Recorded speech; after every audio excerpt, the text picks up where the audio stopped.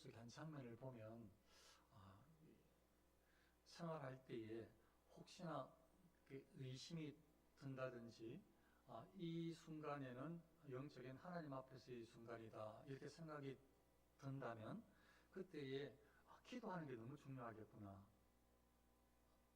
그런 생각을 하게 되었어요. 그래서 혹시나 예배의 시간이다 느껴질 때 느껴지는 건 어쩔 수 없고요. 지금 내가 지금 기도하고 있다라고 느껴질 때 만일 그게 느껴진다면 하나님 지금 기도하는 시간이 오니 기도하게 해 주옵소서. 이제 또 예배의 순간이라 느껴진다면 하나님 지금 제가 예배의 도구로 쓰임받고 있사오니 예배의 도구로 써 주옵소서. 제가 그 칼빈의 이야기를 잘 이해했는지는 모르겠지만 하는 과정에서 아주 날카로운 무슨 말씀이 들려오더라고요. 칼빈이 뭐라고 이야기를 하는가 하면 이렇게 무섭게 이야기를 하더라고요. 하나님께 예배하는 자들을 이 날카로운 이 말씀의 칼로 전부 배한다는 거예요. 날카로운 말씀의 칼로. 그래서 이 예배하는 자들이 하나님께 아름다운 제물이 되어져야 한다는 거예요. 혹시 이해하실 분은 이해하시면 좋겠습니다. 그러니까 굉장히 무서운 말씀이잖아요. 날카로운 말씀으로 잘라야 배야 된대. 그래야 이 성도들이 하나님을 예배하는 제물이 되어진대요. 아주 의미도 깊고 한참 좀 생각을 했어요. 아무튼 그런 말씀을 전할 수 있으면 얼마나 좋겠습니까? 배어지며 느끼면서 하나님 앞에 올라가는 그런 예배자가 되면 얼마나 좋겠습니까? 저 자신도 그러면 좋겠고.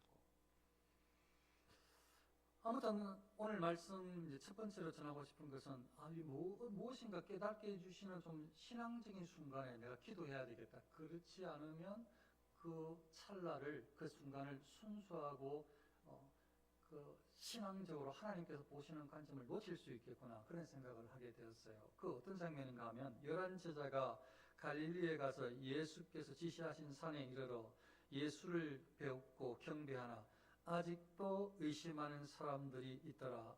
이 장면 때문이에요. 지금 어떤 장면인가 하면 천사가 나타나서 부활하신 후에 이제 그 여인들에게 제자들에게 전하라고 그렇게 말한 장면 있잖아요. 예수님께서 말씀하셨다고 갈릴리로 가라고 하시는 장면 있잖아요. 그리고 다시 제가 이야기 스토리를 꾸며가지고 막달라 마리아가 혹시나 못 듣고 예수님 부활한 거 안 보여가지고 내려갔다가 다시 올라와서 이렇게 막 이야기 한번 들은 적이 있어요. 그건 제가 꾸민 거예요. 없는 거 꾸민 건 아니고 가능성이 있는 걸.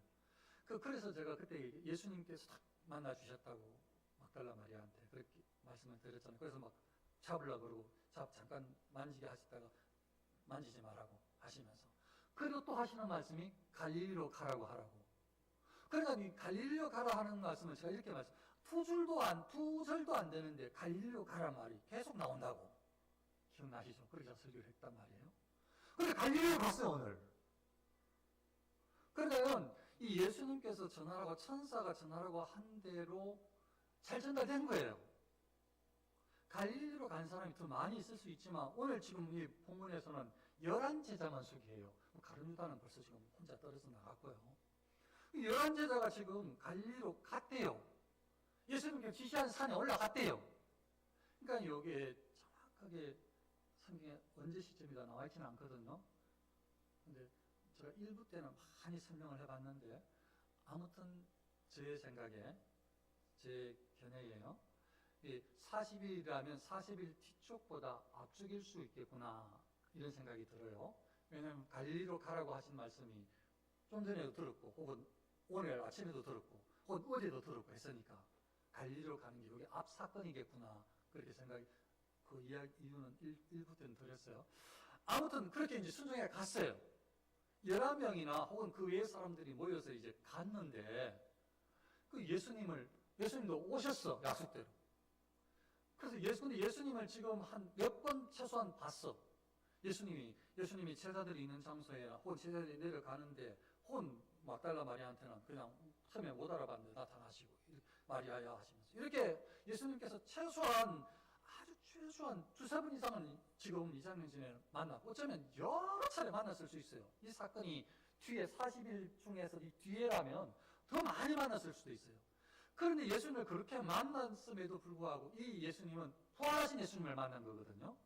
부활하신 예수님을 만나면서 부활하신 예수님을 통해서 얘기를 듣고 심지어는 뒷장면이라면 초반도 먹고 뭐 여러 가지 대화를 많이 나눴음에도 불구하고 이분이 진짜 예전하고 달라서 종의 몸으로 핍박을 당할 고난당할 모습으로 오신 그 예수님의 모습과는 달리 이제는 부활하신 몸으로 이제 승천하신 몸으로 영광된 몸으로 보여지기 때문에 부활의 몸이 그렇게 보여지기 때문에 예전하고 좀 달랐어요. 그래서 쉽게 예수님을 만지거나 이렇게 할 수도 없어요.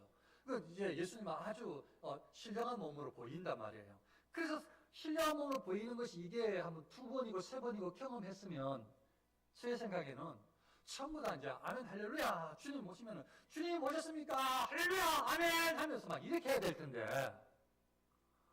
아니 여전히 몇 사람인지는 모르겠지만 아직도 의심하는 사람들이 있더라라는 거예요. 이유는 충분히 있어요. 각자 그냥 개연성 있는 설명을 할 수 있어요. 뭐 환경이 막 갑자기 뭐 빛나가지고 막 높은 산에 오니까 막 예수님이 뭐 빛나는 광채 때문에 놀라가지고 뭐 아무튼 생각은 해낼 수는 있는데 더 중요한 것은 그 중에 어떤 사람은 11명 중에만 보더라도 어떤 사람은 분명히 예수님을 부활하신 주님으로 하나도 의심하지 않고 그대로 다 예수님을 부활하신 주님으로 온전하게 경배 예배할 수 있었는데 똑같이 예수님을 경험했고 만났고 얘기했고 지금 예수님 앞에 있으면서도 여전히 예수님을 보면서도 의심하는 사람이 있다는 거예요. 그래서 아프나 이거 똑같은 환경이 주어진다고 똑같은 은혜를 받는 게 절대로 아니구나. 그래서 나에게 하나님께서 깨닫게 해주실 때에 지금 기도하는 순간이야 라고 깨닫게 해주시면 하나님 이 기도가 기도되게 해달라고. 지금은 예배하는 순간이야 라고 느껴진다면 주님 내가 예배하게 해달라고. 너 지금 하나님을 찬송해야 될 시간이야 느껴진다면 주님 내가 지금 찬송하게 해달라고 기도할 필요가 있을 것 같다고요. 기도해야 될 것 같다고요. 그래야 그 시간에 찬송이 찬송되고 그 기도 시간이 기도가 되어지고 말씀 시간에 말씀을 들을 수 있는 여지가 마음이 되어지는 것 같아요. 그걸 첫 번째 은혜로. 그래서 이 믿음은 하나님의 선물이지만 믿음이 성숙되기 위해서 믿음을 달라고 큰 믿음을 주옵소서 믿어지게 하옵소서 의심하지 않게 해달라고 이거는 우리가 기도가 필요한 것 같아요. 그럼 하나님께서 주실 줄로 믿습니다. 두 번째 교훈으로 예수께서 나와 말씀하여 이르시되 하늘과 땅의 모든 권세를 내게 주셨으니 이제 요 권세를 주셨다 이게 사실은 중요한 포인트는 아니에요. 예수님께서 요 18절 19절 넘어가는 장면에서 여기서 제일 중요한 예수님께서 전달하고 하시고 싶은 것은 너희에게 이 사명을 맡긴다. 내가 너희에게 이런 사명을 너희에게 그러니까 예수님의 이 지상 대명령, 대사명을 너희에게 준다. 이거거든요. 이게 제일 포인트예요. 근데 이 대사명, 대명령을 주시는 이분이 자기를 지금 높여요. 원래 예수님은 하나님이시니까 그냥 얘들아 정신 똑바로 차리고 앞으로 잘 살아. 나를 위해서 헌신해. 이래도 되는데 그래도 대명령, 대사명을 주시는 것으로 충분한데 하나님이신데 그런데 지금 예수님께서 자신을 내가 지금 이런 말을 할 텐데 이런 말을 할 만한 권세가 나에게 있다. 이렇게 말씀하시는 것 같아요. 나에게 이런 권세가 있다. 그러면서 자신을 지금 아주 지극히 권세 있는 권위 있는 모습으로 나타내 보이셔요. 나는 이렇게 아주 중요한 이야기를 할 수 있는 권한이 있고 이 말은 너무너무 중요한 이야기야 라고 하시는 그런 장면으로 보여져요.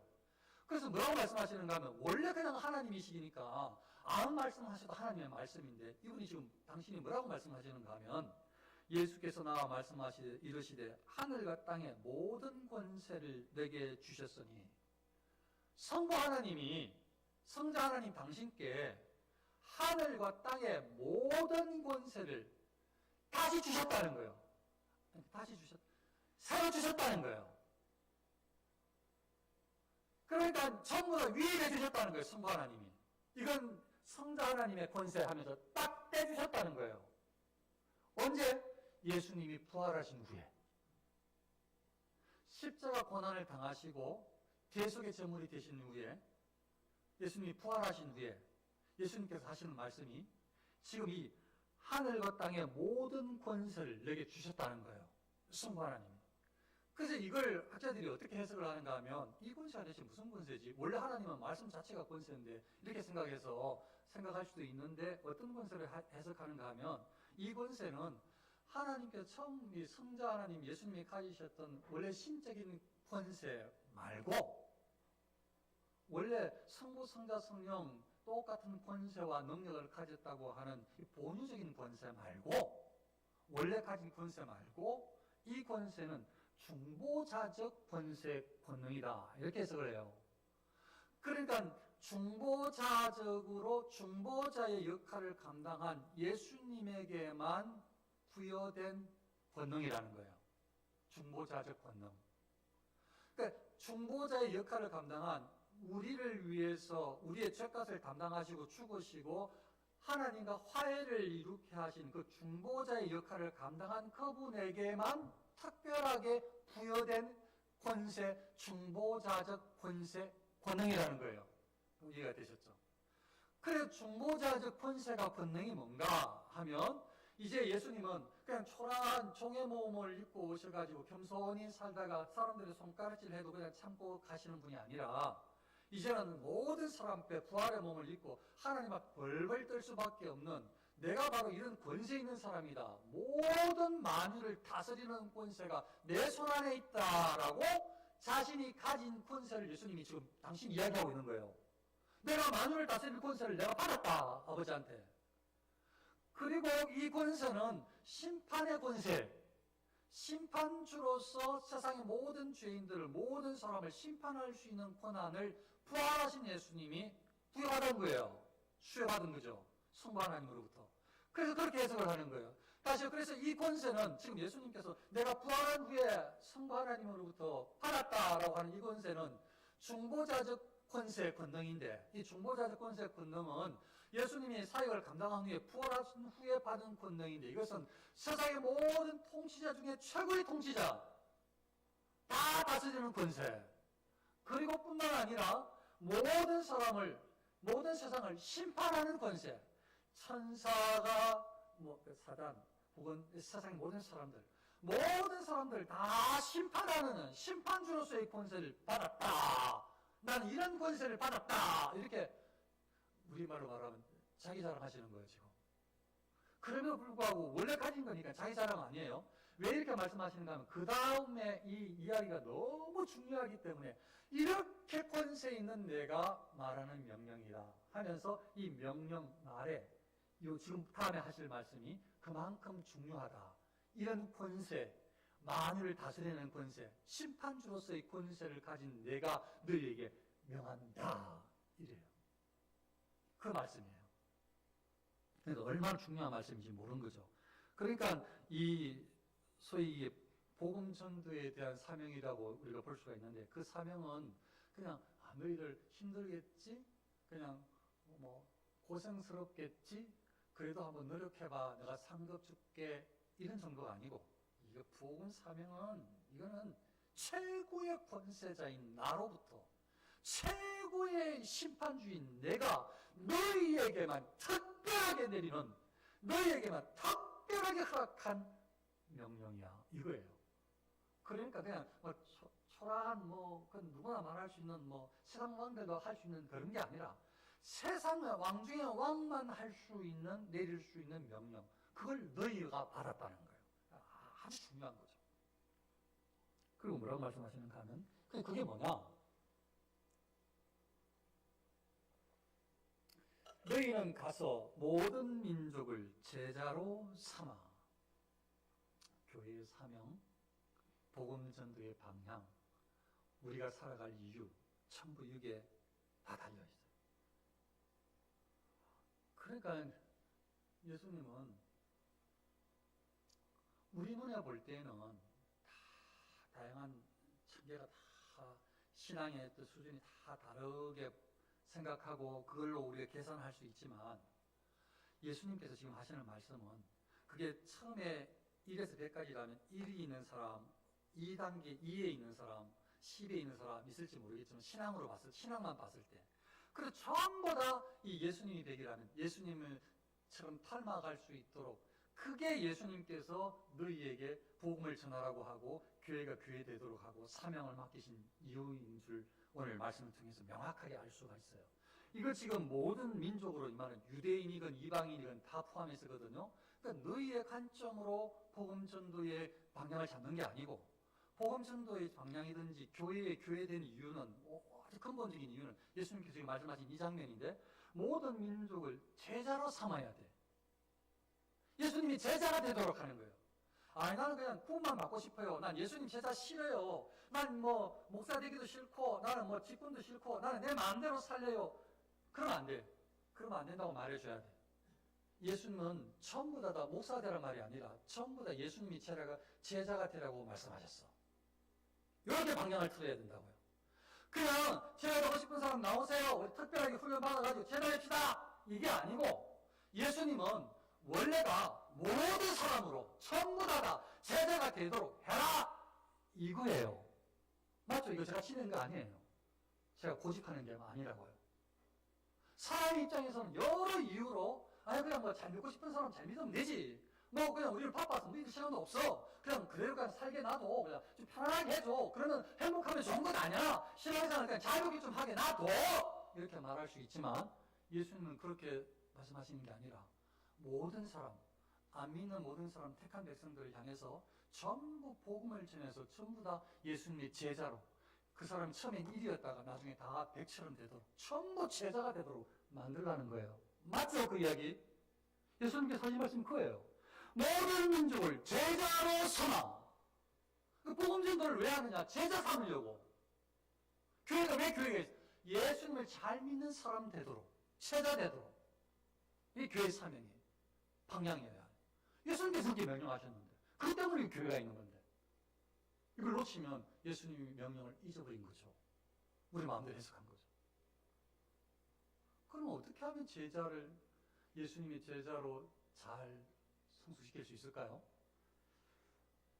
아버지와 아들과 성령의 이름으로 세례를 베풀고 삼위 하나님의 이름으로 삼위 하나님께서 구원에 관여하시고 삼위 하나님께서 계획하시고 그리고 성부 하나님께서 명하시고 성자 하나님께서 순종하시고 성령 하나님께서 이루시는 이런 삼위 하나님의 사역이 그대로 예수 믿는 사람, 구원받는 사람들에게 이루어진다는 것을 믿어서 그걸 구원받는 사람들의 상징적인 표로 구원받았다라는 상징적인 표로 세례식을 행하게 하므로 그게 세례를 받은 사람이 구원받았다는 뜻이 아니라 구원받은 사람은 이런 모습의 의미가 담겨있는 사람입니다라고 하는 그런 세례를 행함으로 그래서 모든 죄가 씻기고 성령 하나님의 예수님이 내주하심을 경험하여서 하나님과 연합되어지는 그런 과정 이게 세례를 베풀고 성찬을 베풀고 그런 말씀이니까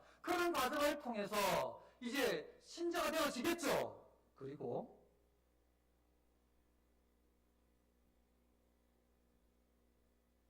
내가 너희에게 분부한 모든 것을 가르쳐.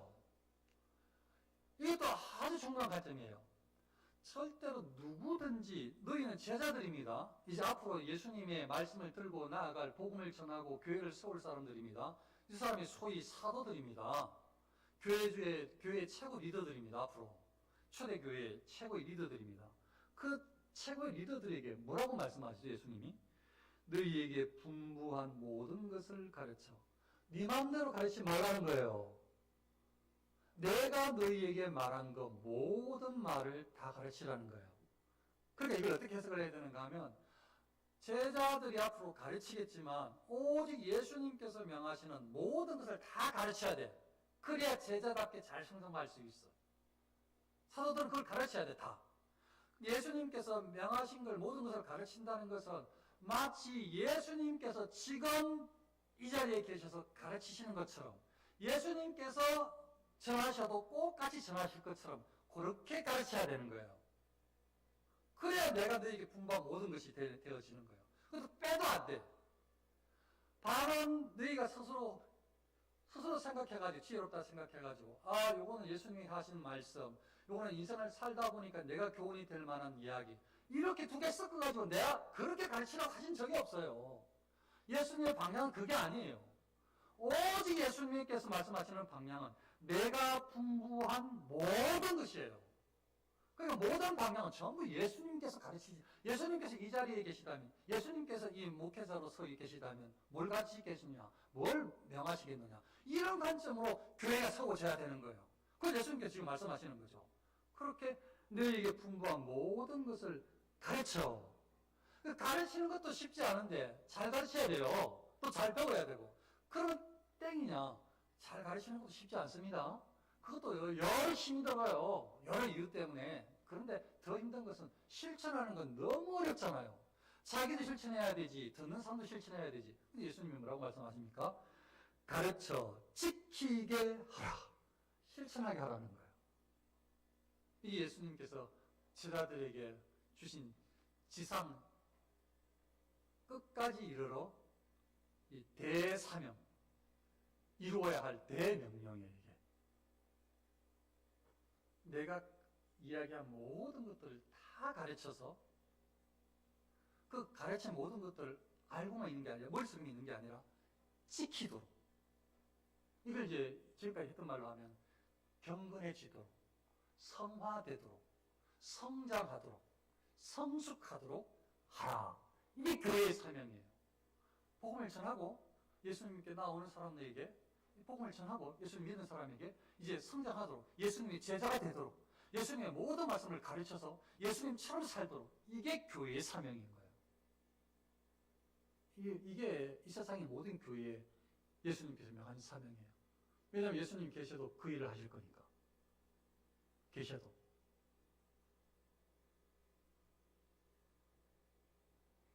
그런데 우리가 초대교회 상황을 봐서 잘 알지만 다 그렇게 출발했는데, 교회들이 아주 신실하게 출발했는데 별별 일들이 다 일어났잖아요. 교회마다 막 이단이 생기고, 막 거짓 교사가 일어나고, 막 사입이 이상한 막 이야기하는 사람도 있고, 그 유대인 중에서도 나타나기도 하고, 막 무리 지내서 자기가 막 선지자라고 나타나기도 하고, 또 요한계시록 설교에 보면 막 들었던 대로 막 내가 자칭 선지자라고 하는 막 사람이 나타나기도 하고, 그거 막 살기 위해서는 이렇게 해야 된다고 하고, 막 지혜를 준다고 하고, 그냥 괜찮다고 하고, 막 이런 사람들이, 난 교회가 얼마나 혼란스러워요. 그런데도 사람들이 신앙을 잘 지켰다는 것을, 지키고 간다는 것을 초대교회 한 100년 정도 그렇게 잘 이루고 간다는 걸 봤어요. 근데 수많은 일들이 일어나죠. 수많은 일들이 일어나도 오늘 말씀을 보면은 그럼에도 불구하고 믿음의 사람들은, 하나님의 사람들은 낭망하지 않을 이유가 있는 것 같아요. 왜 그런가 하면, 내가 세상 끝날까지 너희와 항상 함께 있으리라. 이 말씀 때문에. 사실 예수님은 이제 곧 며칠 후, 혹은 40일이 다 차고 나면, 이제는 예수님은 정하신 시간이 다 차고 난 다음에 이제 부활하신 예수님은 이제 하나님 우편으로 올라가셔요. 성천하세요. 하늘로 올라가신다고요. 자, 그러면은 성천하신 하나님 예수님께서 이 땅에는 안 계시냐? 우리와 함께 계시다고 믿거든요. 뭘로 함께 계시느냐? 영으로 함께 계시고, 그리스도의 영 성령이 우리에게 내주에 계실 때 예수님께서 함께 계시고, 혹은 예수님께서 또 하나님이시니까 또 예수님께서 우리 안에 계시고 우리를 주장해 주시고 그렇게 하신단 말이에요. 그런 관점으로 내가 세상 끝날까지 너희와 함께 있으리라. 그러니까 사역을 하다 보면, 이 말씀을 지키다 보면, 교회를 교회되게 하려고 애를 쓰다 보면, 순종하다 보면, 제자를 삼다가 보면 수많은 우여곡절 같은 어려움들이 일어날 건데, 스스로 마음속에서 이런 회의감이 일어나기도 하고, 외부의 핍박 때문에 갈등을 겪기도 하고, 심지어 목숨이 잃을 것 같은 위기상에 닥치기도 하고, 수많은 일들이 일어날 텐데, 그래도 너희들 혼자 있는 것 아니야. 내가 너희와 항상 함께 있어. 이 말씀인 거예요. 내가 너희와 항상 함께 있어. 너희 혼자 외롭지 않아. 내가 너희와 항상 함께 있어. 하나님의 사람과 항상 함께 있으면, 주님은 저와 여러분들과 항상 함께 있습니다. 믿음의 사람들이, 구원받은 사람들이 이 예수님께서 함께 있음을 확인하면서, 확신하면서, 순종하면서 살아가야 하는 것입니다. 그렇습니다. 우리에게 뭘 명하셨는가? 나에게 맡겨주신 사명은 대체 뭔가? 복음 전거? 가르치는 사명? 지키는 사명? 제자가 되는 거? 충성하는 거, 봉사하는 거, 헌신하는 거, 나누는 거, 무엇이든지 간에 오직 이 관점으로 예수 그리스도의 이름이 높여지는, 예수 그리스도를 위해서 헌신한다는 이런 관점으로 모든 것들이 진행되어질 때에 하나님께서 기뻐하시는 잘했다 충성된 종아라고 하실 줄로 믿습니다. 그리고 그런 사람이 교회가 교회 되게 하는 아주 이 시대에 필요한 교회의 일꾼으로 쓰임받는 하나님의 사람인 줄 믿습니다. 저와 여러분들이 하나님의 사람으로 또 아름답게 성숙해가는, 점점 거룩해져가는 그런 어떤 하나님께서 기대하시는 제자들로 그렇게 쓰임받고 영광 돌리시길 축원합니다. 기도하겠습니다. 아버지 하나님, 저희들 성령의 은혜를 허락하여 주셔서 예수님을 더욱 따라가